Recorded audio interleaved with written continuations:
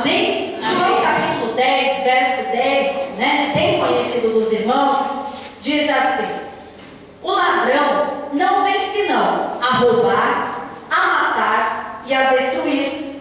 Eu vim para que tenham vida e a tenham em abundância. Vamos repetir todos? O ladrão não veio senão a roubar, a matar e a destruir. Eu vim para que tenham vida e a tenham em abundância. Amém? Vamos orar em nome de Jesus. Senhor Deus e Pai, aqui está, Senhor, a tua palavra, a tua igreja, Senhor, é a minha vida. Pai, eu te peço, Senhor, que nessa noite diminua o Senhor cresça neste lugar. E a palavra do Senhor colocou no meu coração possa ir direto, Senhor, a uma terra fértil, a uma terra que vai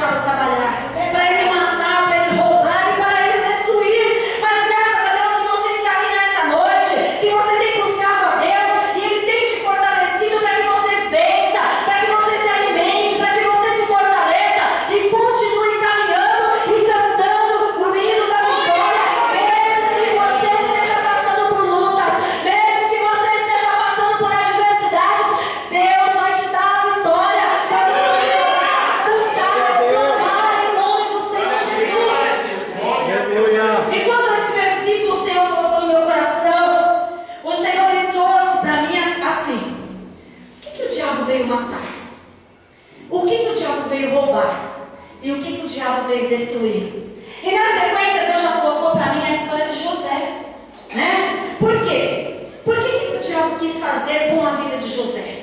José, né? Deus tinha um propósito na vida de José. Deus tinha uma obra grande na vida de José, que se você ler lá no finalzinho de Gênesis, você vai ver que ele se tornou o segundo lá no Egito. Acima dele só tinha Faraó, ele tinha domínio sobre todas as coisas. Deus exaltou José, assim como ele quer exaltar a tua vida, no teu ministério, na tua vida secular, no teu trabalho, aonde você for. Assim como foi falado em Deuteronômio 28, que se nós obedecermos, o Senhor vai nos abençoar e que as bênçãos do Senhor vão correr atrás de nós.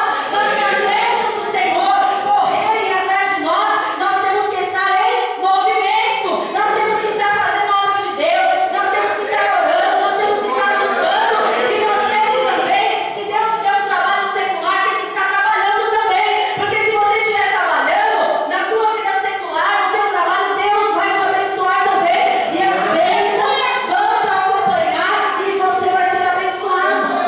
Porque Deus levanta vidas, irmãos, para trabalhar na obra, né? Para ser sacerdote do Senhor.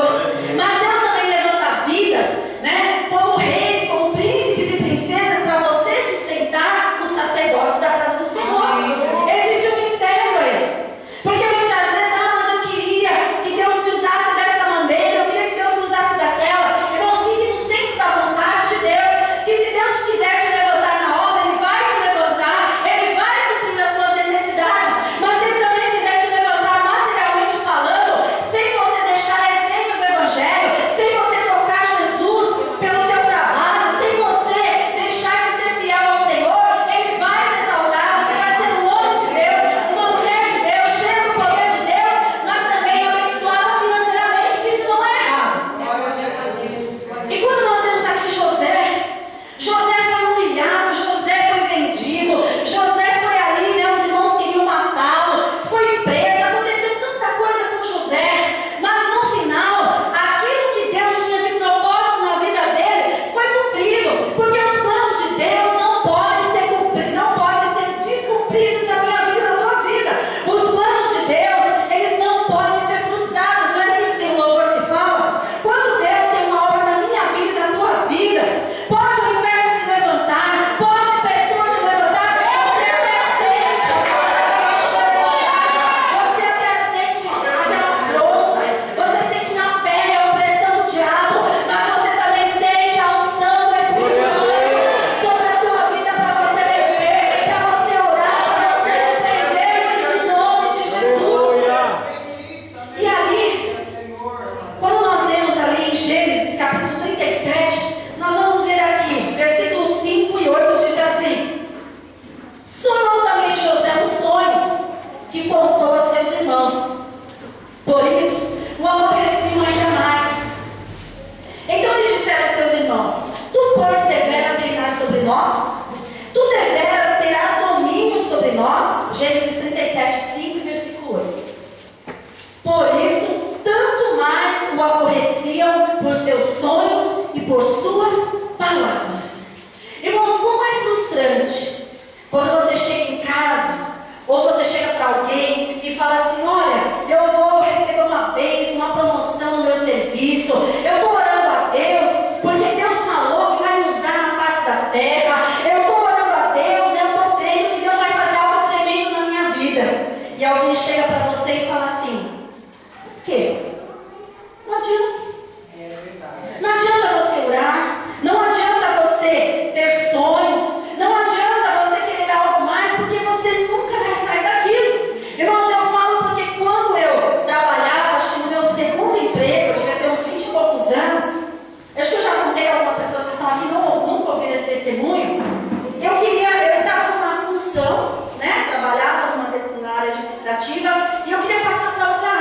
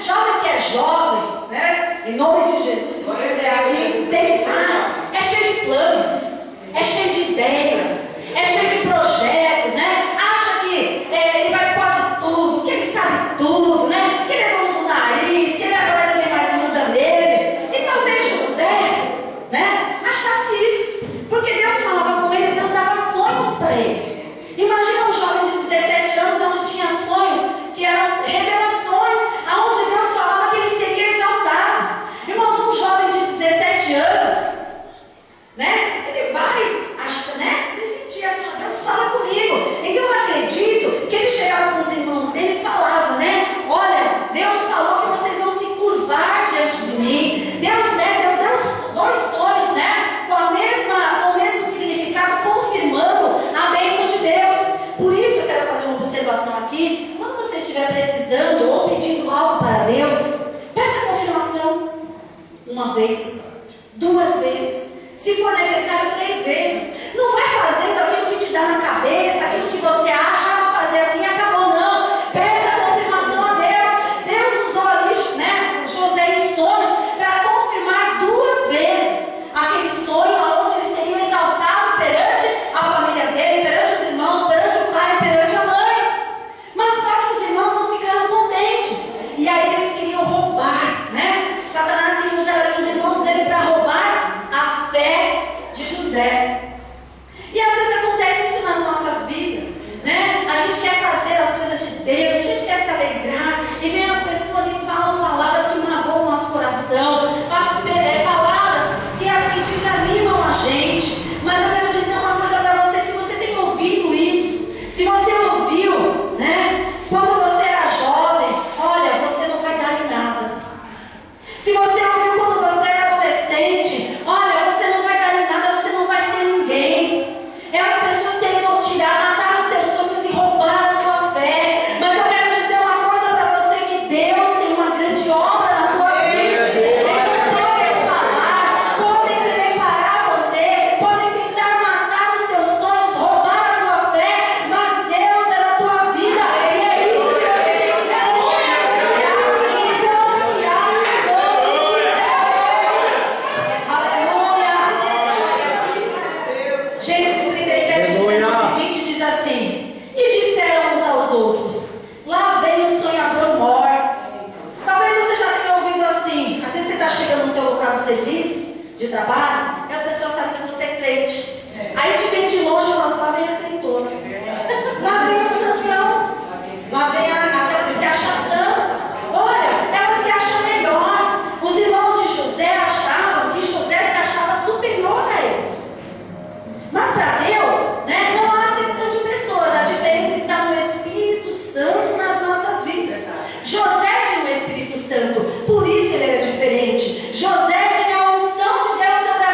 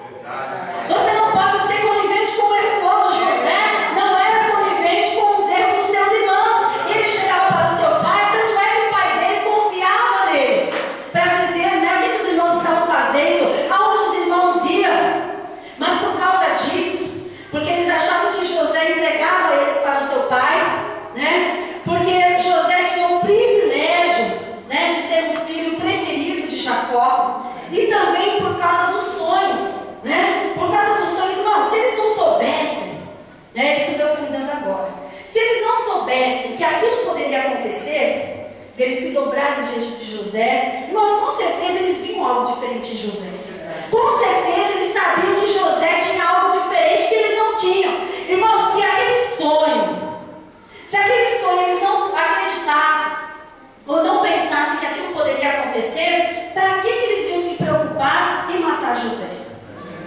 Para que eles iam se preocupar em tirar José de perto deles? Se aquele sonho lá não tivesse efeito nenhum, se eles falassem assim, não, José, ele fala que é crente, mas Deus não está com ele. Ah, José fala que Deus dá sonho para ele, mas eu não vi nada de verdade nesse sonho. Eu acho que não vai acontecer. Você acha que eles iam se preocupar com José? Você acha que eles iam se preocupar em afastar José de lá? Não, porque não ia fazer efeito. Mas no fundo, eles sabiam que Deus tinha uma obra na vida de José. Eles sabiam que aquilo que Deus mostrava para José poderia acontecer. Então eles tinham medo que aquilo que acontecesse. Aí ficavam falando que ele era sonhador, que ele era isso, que era aquilo, e deram um jeito de afastá-lo do seu pai, da sua mãe e do seu convívio. A mesma coisa é comigo e com você. Irmãos, quando você está sendo afrontado, é porque você está fazendo a vontade do Senhor e é porque você está incomodando o inferno.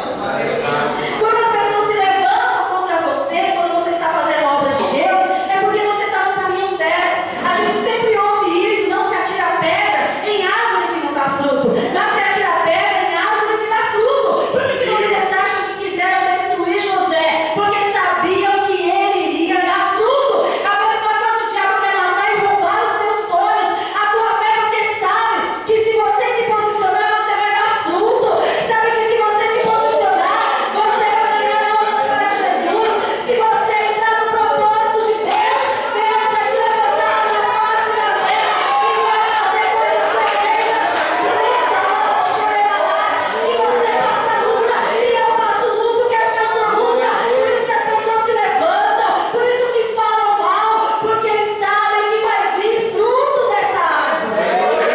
Porque se você não estivesse incomodando o inferno, se eu não estivesse incomodando o inferno, ninguém se levantava contra mim e contra você. Mas se está se levantando, é difícil, irmãos, lógico que é. Ninguém quer ser afrontado. Ninguém quer ouvir palavras de afronta. Ninguém quer passar pela luta. Ninguém quer passar pela prova. Mas se você está aí passando pela luta, passando pela prova, é porque Deus está na tua vida e vai te dar a vitória. Assim como derrubaram José. Tentaram matar os sonhos, tentaram roubar a fé, mas ele perseverou. E você tem que perseverar também em nome de Jesus. E além de tentarem matar os sonhos dele, além de tentar roubar a fé, sabe o que eles tentaram fazer? Gênesis 39, versos 7 e 9 diz assim: E aconteceu depois dessas coisas, que a mulher do seu senhor pôs os seus olhos em José e disse: Deita-te comigo. Porém ele recusou e disse: A mulher do seu senhor: Eis que o meu senhor não sabe do que há em casa comigo, e entregou na minha mão tudo o que tem. Ninguém é maior do que eu nesta casa, e nenhuma coisa me vedou, senão a ti, porquanto tu és a sua mulher. Como, pois, faria este tamanho mal e pecaria contra Deus? Sabe o que o Satanás queria fazer ali? Além de tentar roubar a fé, como eu já falei, além de tentar matar os sonhos, né? O diabo queria destruir a vida espiritual de José. Queria destruir, por quê? Porque ele era um homem de Deus, porque ele tinha o Espírito Santo. Se você ver mais para frente, você vai ver que o próprio faraó reconhece que em José havia o Espírito de Deus, que havia sabedoria em José. Tanto é que ele administrou o Egito praticamente sozinho, nos tempos de seca, nos tempos de fome e nos tempos de abundância também, né? No final aqui da palavra nós vamos orar para Deus dar estratégia para a igreja, para cada um de nós, para nós sermos bons administradores. Porque muitas vezes, né, nós temos assim o dinheiro na mão, mas nós não sabemos administrar. Parece que cai no saco furado. Você vê que José ali, além de ter tido sonhos de Deus, daqueles 7 anos, né, de fartura, e dos 7 anos de escassez, ele soube administrar.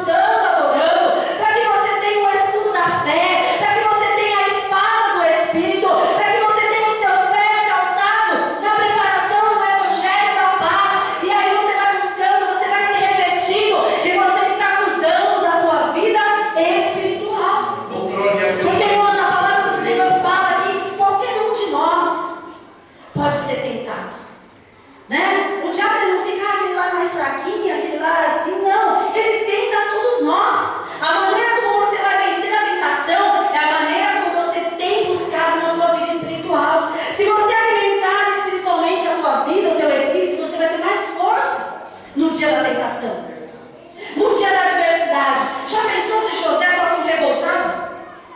Como a gente vê muito crente que nada que fala assim, nada dá certo, nada dá certo. Deus está operando, Deus está abrindo porta, Deus preserva da enfermidade, Deus preserva de um monte de coisa. Não, tá bom. Já pensou se José ficasse reclamando? Olha, eu estava fazendo a vontade do meu pai. Eu ia lá e contava para ele o que os meus irmãos faziam. Mas não adiantou fazer a vontade do meu pai, porque eu fui perseguido por isso. Aí eu tenho culpa. Se meu pai me protege ou gosta mais de mim, eu tenho uma preferência, eu não tenho culpa. E agora meus irmãos ficam perseguindo por causa disso. Olha, Deus me deu sonhos, eu tenho culpa. Ó Senhor, se eu deu sonhos, eu tenho que se responsabilizar. Por que eu estou passando por essa perseguição? Não é assim que a gente faz às vezes, ou fala? A gente está buscando, a gente está reclamando com Deus. Só que a gente não consegue perceber que Deus tem nos guardado, nos livrado e está nos abençoando na nossa caminhada.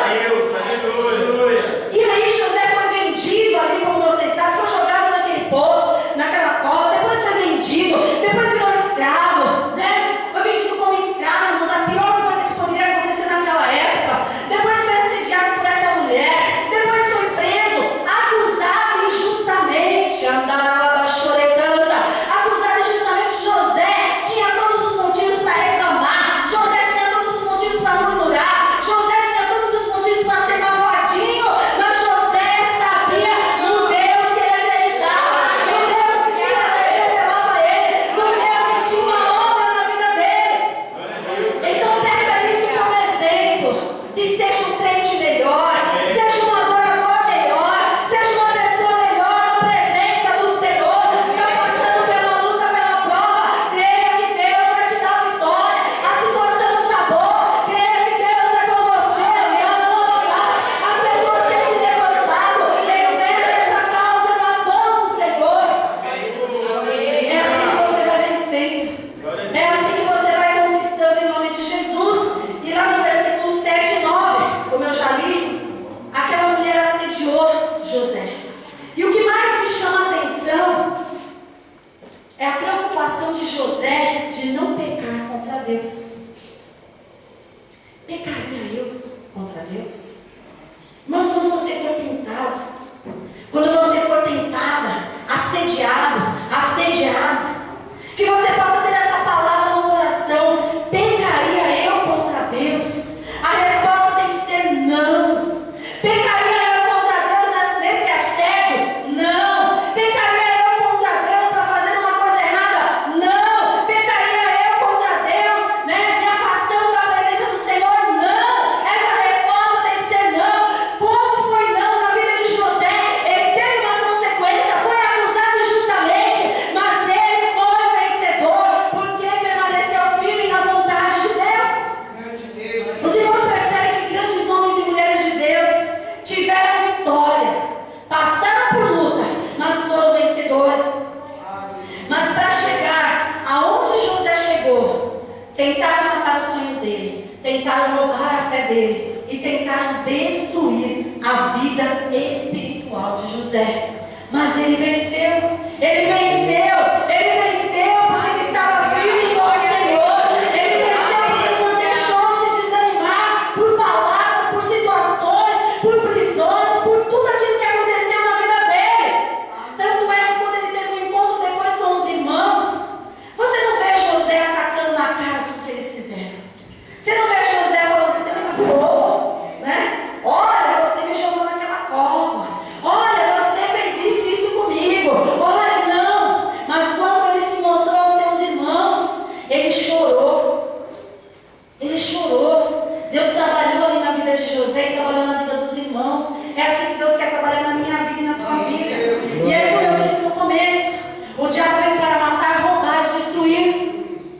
Mas Jesus veio para dar vida e vida em abundância. E nós vemos que depois de tudo que José passou, no capítulo 41, verso 38, olha o que Deus fez em abundância na vida de José. Ele disse para os seus servos: acharíamos um varão como este, em quem haja o Espírito de Deus. Os irmãos percebam que o diabo quis destruir a vida espiritual, mas Deus exaltou a vida espiritual de José, usando o ímpio para reconhecer que Deus era na vida dele, para reconhecer que ele era um homem espiritual e que não havia outro